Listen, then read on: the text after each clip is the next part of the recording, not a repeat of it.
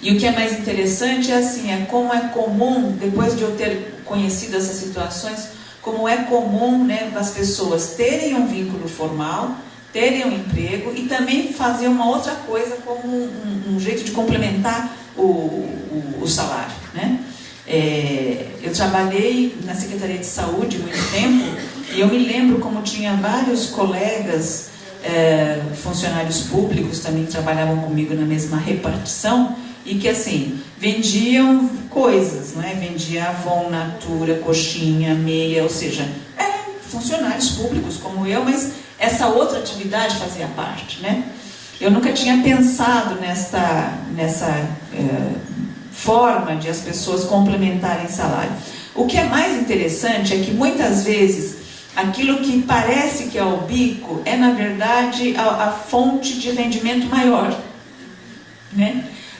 Aquilo que é o trabalho registrado muitas vezes garante um rendimento menor, mas possibilita que a pessoa, digamos, tenha crédito. É um pouco isso. E a estabilidade, obviamente, a proteção social, a previdência social e etc.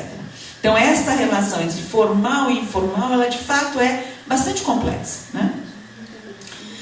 O período recente de desemprego de longa duração parece ter estimulado o interesse da psicologia pelo estudo de diferentes formas de gerar trabalho e renda em contexto de precarização do trabalho.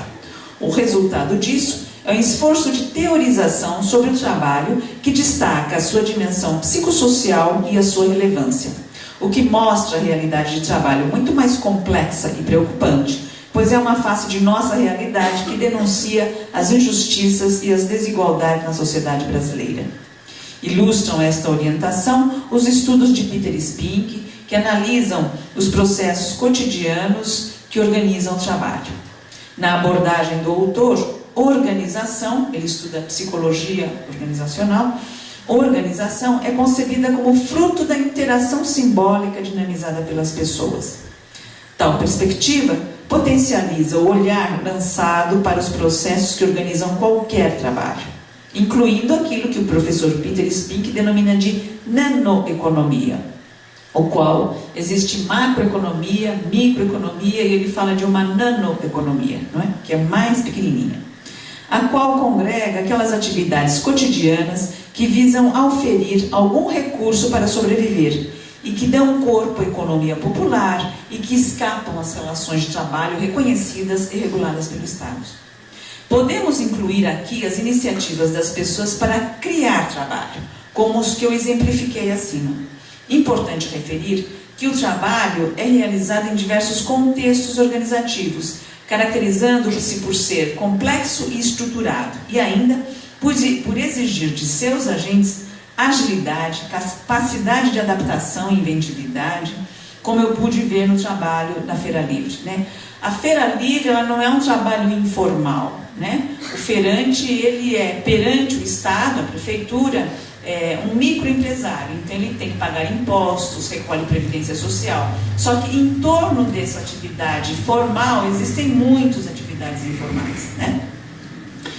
Alguns trabalhos desses situam-se no espectro de atividades categorizadas como semi-econômicas. Interessante isso, né? Pois o ganho monetário representa uma proporção bastante residual no orçamento individual ou em termos de motivação da sua ação, né? São iniciativas que visam a troca de serviços e favores, né? Então eu me lembro quando eu morava num bairro no Jabaquara, em São Paulo, que é onde eu me criei. Então tinha assim, a vizinha que ajudava a criar, cuidar do filho da colega que morava do lado, e que aí a outra também ia no supermercado, já trazia a compra para outra, ou seja, existia uma relação de ajuda mútua e que não era necessariamente um trabalho remunerado, mas era de uma cooperação entre as pessoas. É isso que eles chamam, os economistas, de atividade semi-econômica. As limitadas possibilidades de nossa sociedade vir a ser, efetivamente, uma sociedade salarial, como nos países de capitalismo central, como fala o professor Roberto Castello, né, um sociólogo que infelizmente faleceu há pouco, né? Ele vai falar de uma sociedade salarial, né? Contribuem para a relevância do estudo dessas modalidades de trabalho para gerar rendimento e que continuam a ser praticadas por segmentos da população pobre, né? Essa é a expressão de precariedade há muito documentada nos centros urbanos no Brasil, né? Tem uma historiadora que se chama Maria Inês Pinto e que ela vai relatar como é o cotidiano na cidade de São Paulo no início do século XX, né? E ali ela vai descrever as diversas atividades de trabalho que existiam, né? Muitas delas são, por exemplo, o que hoje nós chamamos de catador, né? Eu me lembro que há muito tempo atrás a gente chamava de garrafeiro, né? Recolhia garrafas vazias e vendia, né? E aí mudou a atividade, né?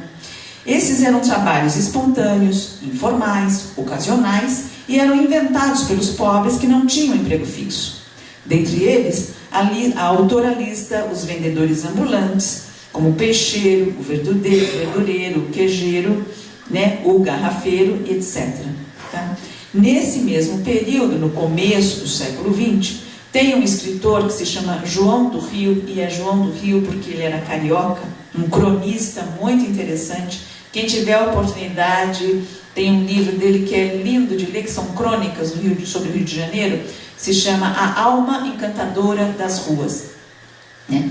Tem uma edição da Companhia das Letras, até de bolso, um pouco mais barata, e ele vai descrever, né, as diversas atividades de trabalho existentes na cidade do Rio de Janeiro, né?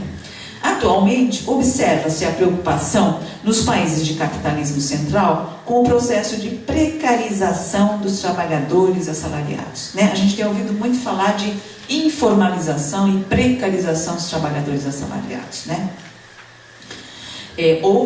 O termo que tem uma professora que se chama Helena Irata, um termo que ela se utiliza, que é a desestabilização dos estáveis, né? Então não é que os informais estão sendo formalizados, mas está acontecendo o contrário. Aqueles que eram formais estão sendo informalizados, aqueles que eram estáveis estão sendo desestabilizados.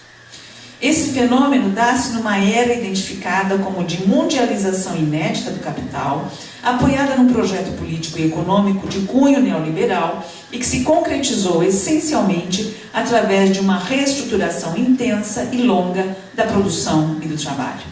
Então, assim, eu me referi no início da minha apresentação ao trabalho de pesquisa da professora Vera Navarro, né, sobre a indústria calçadista. Eu acho que este trabalho é um caso que ilustra essa desestabilização dos estáveis, né? Porque muitos trabalhadores que eram funcionários das grandes empresas calçadistas, né, Samelo e etc., eles foram convidados a pedir demissão e abrir seus próprios negócios para poder agora vender trabalho para a empresa, né? Então, as empresas elas acabam se desincumbindo de uma série de obrigações legais, em termos de direito e etc., né? O trabalhador vira aquilo que tem sido uma denominação que eu acho complicadíssima, que é empreendedor, né? E aí ele tem que se virar, né? Ele tem que abrir uma empresa, ele tem que... Então, assim, é muito interessante o trabalho da Vera, que ela vai ilustrar como as pessoas que eram empregados das grandes empresas acabam tendo que abrir na sua casa o que ela chama de um banca, é denominado de banca. Então você tem lá um lugar que você faz o pesponto do sapato e você vende para a grande empresa o trabalho de trabalho pespontado, né? E assim vai, ou seja, aquilo que era um processo de trabalho que acontecia no âmbito da fábrica, né, que é todo o processo de divisão do trabalho segundo a lógica taylorista, essa divisão do trabalho vai saindo da fábrica e vai migrando para as casas das pessoas, tá? Nesse contexto, não é mais o padrão da sociedade do pleno emprego, mas o de uma sociedade de desempregados e de formas precárias de trabalho, de emprego e de vida, que passa a predominar também onde se tinha atingido um alto grau de desenvolvimento econômico e social. A exemplo dos países que tiveram as experiências do estado de bem-estar social, que são os países do norte europeu. Esse cenário tem como elemento central a precarização do trabalho, que assume papel relevante na estratégia de dominação. Nessa circunstância, no Brasil, convivem diferentes precarizações, motivo pelo qual tem um historiador, um sociólogo que se chama Eduardo Noronha, que ele vai diferenciar a nova da antiga informalidade, né? constatar que a precarização tende a ser a norma e não a exceção, é um forte argumento para que a gente estude essas situações de trabalho que se dão à margem da relação de assalariamento, né? Eu vou, a partir daqui, pensar um pouco mais nessa antiga informalidade, né? A nova informalidade é essa que eu estava me referindo ao trabalho da professora Vera Navarro. Quando se discutem situações de trabalho que escapam à relação de assalariamento, é inevitável pensar no fenômeno do informal. Ao nos aproximarmos desse fenômeno, vemos que trabalho, mercado, economia e organizações informais são temas de quantidade significativa de estudos, e constata-se algo em comum entre eles. Primeiramente, o fato de apontarem como marco histórico que inaugura o uso do termo informal no campo dos estudos do trabalho, que foi o olhar da Organização Internacional do Trabalho, a OIT, né?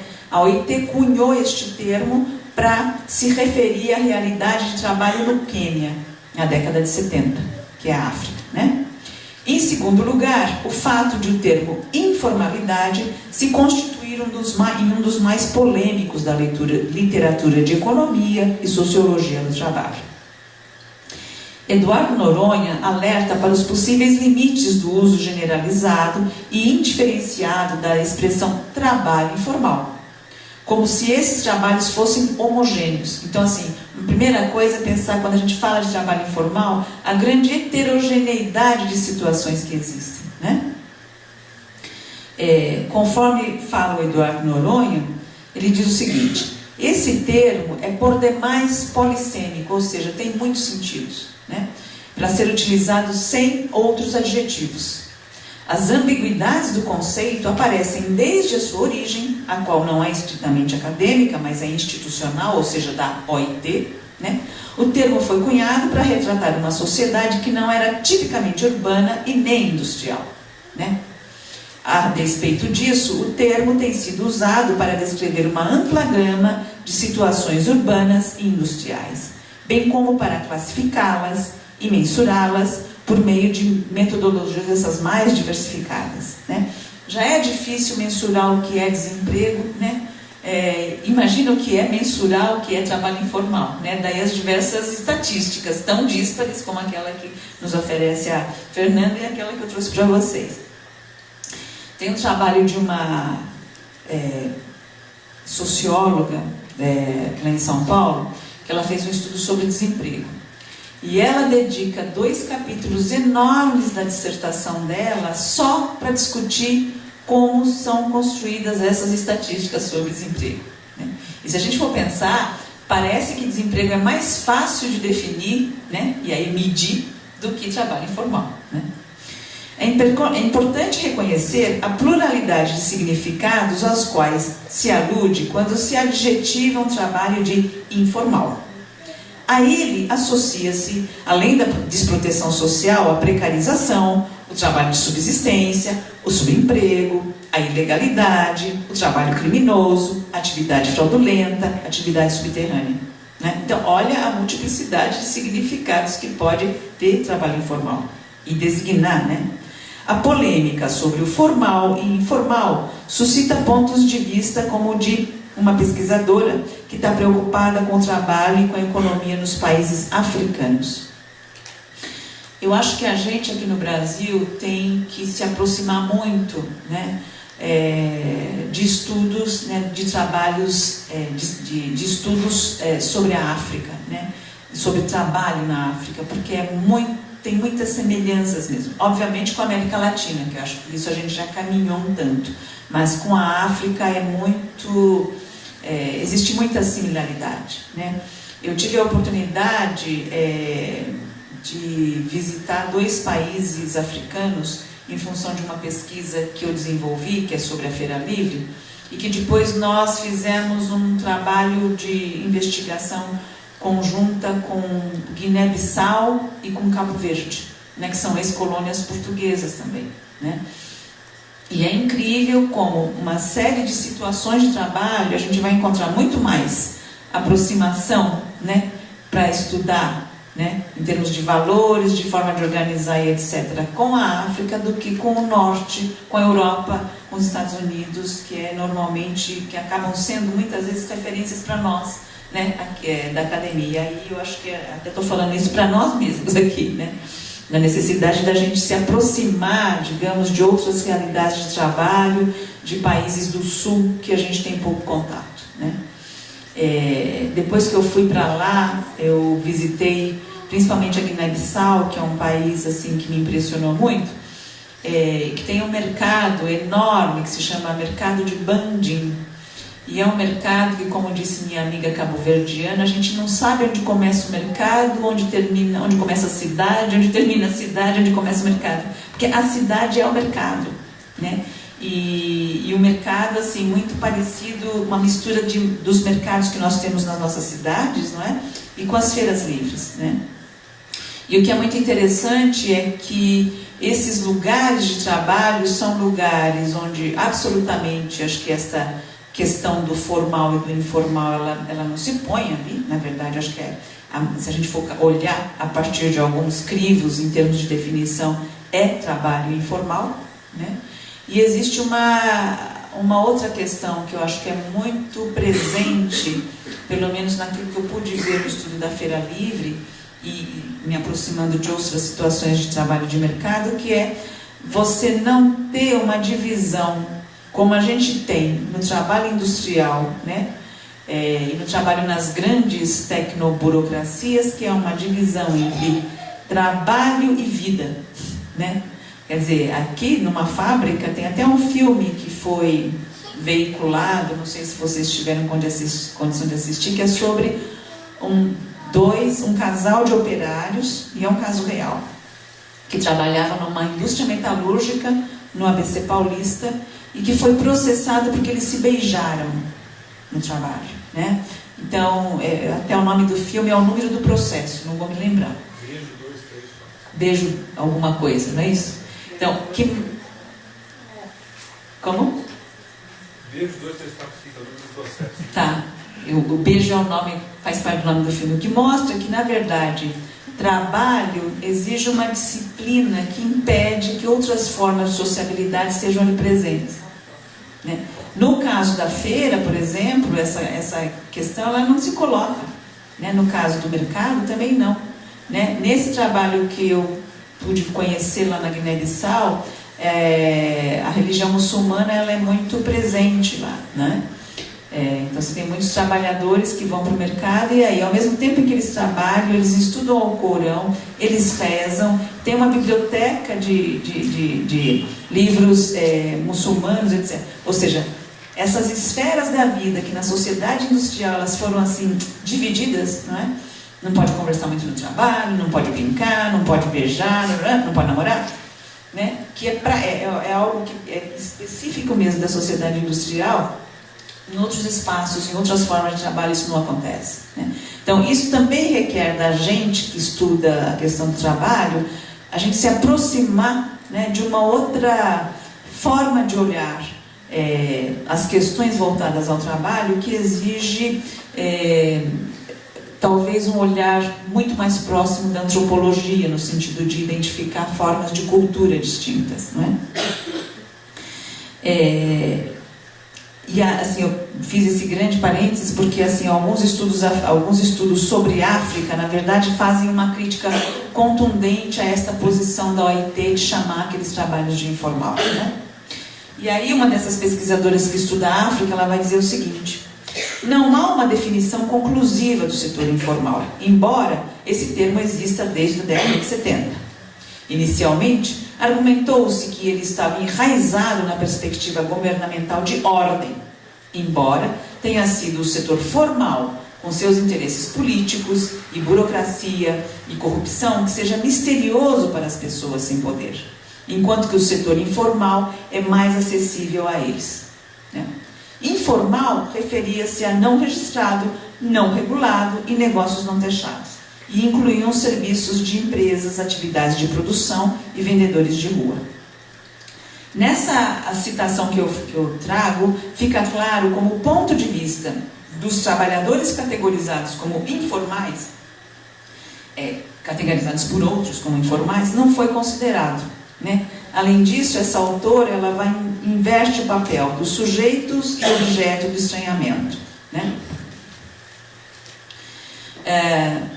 Queremos chamar a atenção para como se dão as atividades que visam gerar algum tipo de rendimento e que são, em muitas situações, frutos da ação tática, que aproveita as oportunidades e as circunstâncias que se oferecem para inventar algo para sobreviver, né?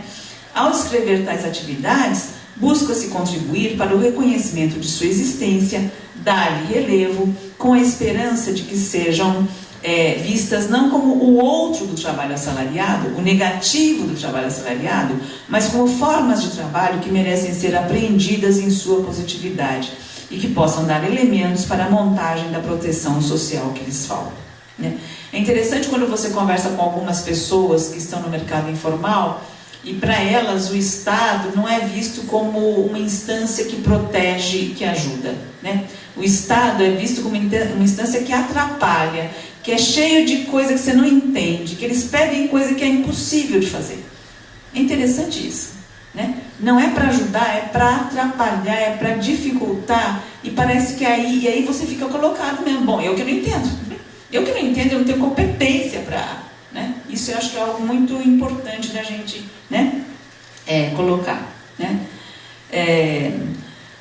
Tem um outro autor que se chama Audron e que ele vai falar o seguinte: se aceitamos a ideia disseminada entre socioeconomistas de que o mercado é sempre institucionalizado, seja pela lei, pelos acordos coletivos, seja por práticas sociais, por que deveríamos nos referir à informalidade dos mercados, né? Quando a Graça traz aqui, né, um pouco da experiência dela no dia a dia, de como eles se organizaram, que ela aprendeu a como separar o material, que ela não fazia isso em casa, agora tem um galpão, tem maquinário, eles têm que pedir financiamento, vai ter uma negociação e etc. Isso tudo mostra que existe uma formalização nas relações entre as pessoas, né? Ou seja, aquilo que a gente chama de mercado informal, em termos de organização, ele não é informal, existe uma forma, e muito complexa. Quando ela mostra pra gente o saber dela, e que eu acho que representa o saber dos colegas também, de como é que eu faço para eu evitar me machucar, eu consigo trabalhar de chinelo, mas eu não me corto, etc. Isso mostra pra gente que existe algo que é formal. Provavelmente muito daquilo que ela sabe, que ela aprendeu como se proteger, né? Uma proteção precária, obviamente, não estou dizendo que está tudo resolvido, não está, né? Mas é a proteção que ela conseguiu construir. Isso provavelmente é algo que é um conhecimento coletivamente construído. Simplesmente o fato de eu olhar a Rosângela e conviver com ela, eu vou aprender coisas com ela, mesmo que ela não tenha que me ensinar, não tenha que me falar, né? Isso, né, no trabalho coletivo, no trabalho associado, né, tirá-los da casa, né, trabalhando individualmente, mas para trabalhar numa cooperativa, numa associação, isso já traz uma coisa muito interessante, né? O Marx, naquele capítulo dele do Capital que se chama A Cooperação, que é um capítulo... Bom, o Marx sempre é muito bacana de ler, muito interessante, mas assim, nesse capítulo A Cooperação, é muito interessante como ele fala de uma forma muito simples. Ele fala, a cooperação nasce quando as pessoas começam a trabalhar no mesmo lugar. Cooperação não significa que eu estou trabalhando na mesma atividade, dividindo a tarefa junto com as pessoas que estão comigo. A cooperação, ela já nasce do simples fato de eu estar junto, ver como é que vocês fazem, ainda que eu faça sozinha a minha atividade. E isso, na verdade, vai potencializando o aprendizado e formas de fazer, né? Então, nessa medida é que eu acho que tem uma outra questão que vai fazer uma crítica a essa denominação informal, que na verdade vai falar, não, gente, este trabalho tem uma formalização, existe uma formalização, existe um acordo entre as pessoas, existe um contrato entre as pessoas, ainda que verbal, não precisa ser no papel, né? A afirmação de que ao se qualificar os mercados como informais, desconsidera-se a sua existência social, é importante e vem ao encontro da ideia de que a vida social só acontece se as pessoas envolvidas fizerem acordos e negociações e compartilharem uma realidade comum, ainda que isso não se consubstancie em acordos escritos, né? O trabalho é uma atividade eminentemente social, que exige algum nível de acordo e de entendimento entre as pessoas, né? Tem uma pesquisadora francesa que se chama Michelle Lacoste, que ela vai escrever sobre o trabalho, algo que eu acho precioso. Ela vai dizer o seguinte: trabalhar é se concertar com o outro, concerto de orquestra, né? A gente entra em harmonia, né? É se concertar com o outro, é ajustar a sua ação à dos outros, no espaço e no tempo. É também ser interrompido por acontecimentos urgentes, tomando o passo sobre sua própria tarefa. É encontrar em comum soluções para um problema, colocar questões, formular as demandas, fornecer explicações. É bonito isso, né? Pensar que trabalhar é se concertar com o outro. É muito bonito. Isso é para qualquer trabalho, né? Lacoste salienta que o trabalho é uma atividade coletiva, que para acontecer e ter sentido requer a participação de diversas pessoas, e são elas que o formalizam. Então é muito interessante como a gente tem uma ideia de formal e de informal, que é uma coisa muito... a lei, se tem papel, se está escrito. O que a gente está trazendo aqui, que esses autores já falam, peraí, tem uma outra dimensão do que é formal aqui, que a gente também tem que levar em conta, tá? E isso vale para qualquer trabalho, seja ele coletivo, individual e autônomo, produtivo ou improdutivo, nos termos marxistas, né? Pois ele só pode acontecer porque há outras pessoas envolvidas na sua consecução e na recepção e no seu consumo. Para tanto, os envolvidos no trabalho instituem regras para acontecer, incluindo as de natureza deontológica, ou seja, regras éticas, né? Por exemplo, entre os tomadores de conta de carro, né, numa feira, existe mais de um, mas existe uma regra de convivência entre eles, né? Eu não vou invadir o espaço do outro, não vou, né, pegar o freguês do outro, né? Essas regras de convivência, que são regras deontológicas, elas são construídas de uma forma acordada, tá? Obviamente isso não significa que tudo é harmonia, que tudo é uma beleza, absolutamente, não é? Nesse sentido, o reconhecimento pelo Estado, importante, pois confere existência para as políticas públicas de trabalho e seguridade social, é um dos agentes de reconhecimento, tá? Para acessar a formalização desses trabalhos, suas substâncias, seus acordos e suas regras, é necessário que voltemos nosso olhar para a vida cotidiana. É nessa esfera que se expressam os fazeres do dia a dia e que se constrói o conhecimento compartilhado. Aquilo que a Graça nos trouxe é praticamente o que é isso do cotidiano. No cotidiano as coisas vão. Se a gente não ouvir o que eles têm para falar, a gente não pode falar nada, não tem muito o que falar, não é isso? A vida cotidiana, enfim, é o âmbito no qual o corriqueiro, o banal, o imemorável e o invisível ocorrem, né? Tem um autor que eu estava lendo sobre o cotidiano, que ele fala o seguinte: cotidiano é aquilo da vida da gente que, se um cineasta quisesse filmar a minha vida, ele jogaria fora, ele não colocaria no filme, né? São as coisas imemoráveis, mas é isso que dá substância à nossa vida, não é outra coisa, não é isso? Disso decorre que, para visualizar a formalidade conferida ao trabalho, é necessário reter a perspectiva atribuída pelas pessoas diretamente envolvidas nas práticas. O olhar para o cotidiano aponta os possíveis limites do uso de noções dicotômicas como formal e informal, para examinar o mundo real do trabalho no contexto urbano do nosso país. Isso porque tais noções podem não ser potentes para apreender criações táticas e astuciosas que, para driblar situações de precariedade e de incerteza, operam combinações diversas que desrespeitam os limites postos por tais categorizações, né? É muito comum observar que trabalhadores com sólidos vínculos empregatícios, com carteira de trabalho registrada, também façam algum bico, né? Funcionários que vendem Avon, outros que vendem salgadinhos e doces para festas, outras que fazem e vendem comidas congeladas e etc, né? Tudo isso é comercializado entre os colegas de trabalho. Podemos então dizer que há uma institucionalização fora do Estado. Nesse caso, muitas das atividades que são desenvolvidas na esfera do trabalho, do mercado e da economia informais convivem com a esfera do trabalho, do mercado e da economia formais. Tal situação guarda proximidade com a descrição de Florence Weber, que é uma antropóloga francesa que fez um estudo muito interessante, né?